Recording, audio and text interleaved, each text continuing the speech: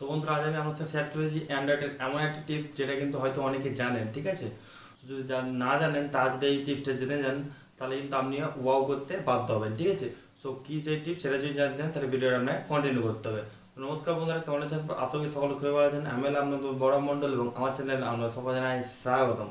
তো বন্ধুরা ভিডিও শুরু হওয়ার যেগুলো না বলে নয়, প্রতি ভিডিও করে থাকি। আপনি এই ভিডিও শুরু যদি আমার চ্যানেল নতুন হয়ে থাকেন নিশ্চয়ই ভালো করে সাবস্ক্রাইব করে নিন, তাহলে প্রেস করে অল সেট করে নেন, তাহলে পেয়ে যাবেন নতুন নতুন ভিডিও আপডেটগুলো সবার আগে।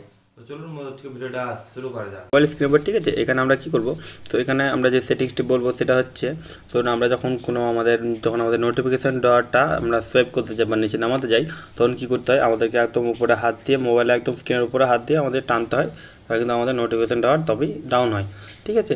তো এটা কিন্তু সকলের মোবাইলে দেখবেন এই সেটিংসটা কিন্তু হয়ে থাকে। সো আপনাকে করবেন কি, এবার আপনাকে আর উপর থেকে টানতে হবে না, আপনি জাস্ট যে কোনো স্ক্রিনের যে কোনো জায়গা থেকে নিচে দিকে সোয়াইপ করবেন, সোয়াইপ ডাউন করবেন, ব্যাস দেখবেন অটোমেটিকলি আপনার নোটিফিকেশন টাওয়ার নেমে যাবে, ঠিক আছে। সো আপনি ট্রাই করবেন এইভাবে।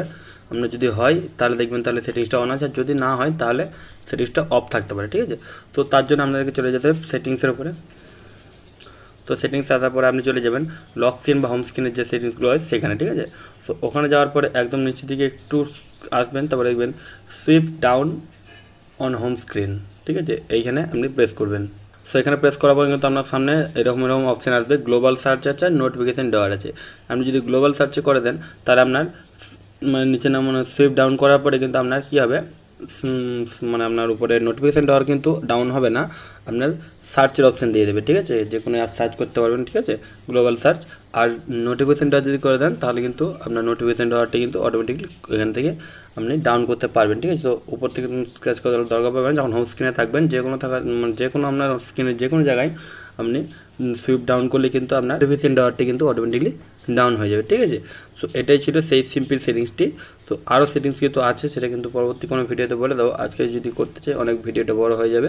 সো অবশ্যই কিন্তু এটা ট্রাই করে দেখবেন। তো বন্ধুরা এই ছিল আজকে ভিডিওটি। এই ভিডিওটি আমাদের কেমন হয়েছে অবশ্যই কিন্তু একটা কমেন্ট করে জানাতে হবে, এবং যাওয়ার আগে ভিডিওতে একটি লাইক করে দেবেন এবং আমার বন্ধুদের শেয়ার করে দেবেন, যাতে তারা এই সমস্ত ভিডিওগুলো সবার আগে পেতে পারে। এবং আপনি যদি এরকম ভিডিও আবার পেতে যান তাহলে জানেন আপনি কী করতে হবে।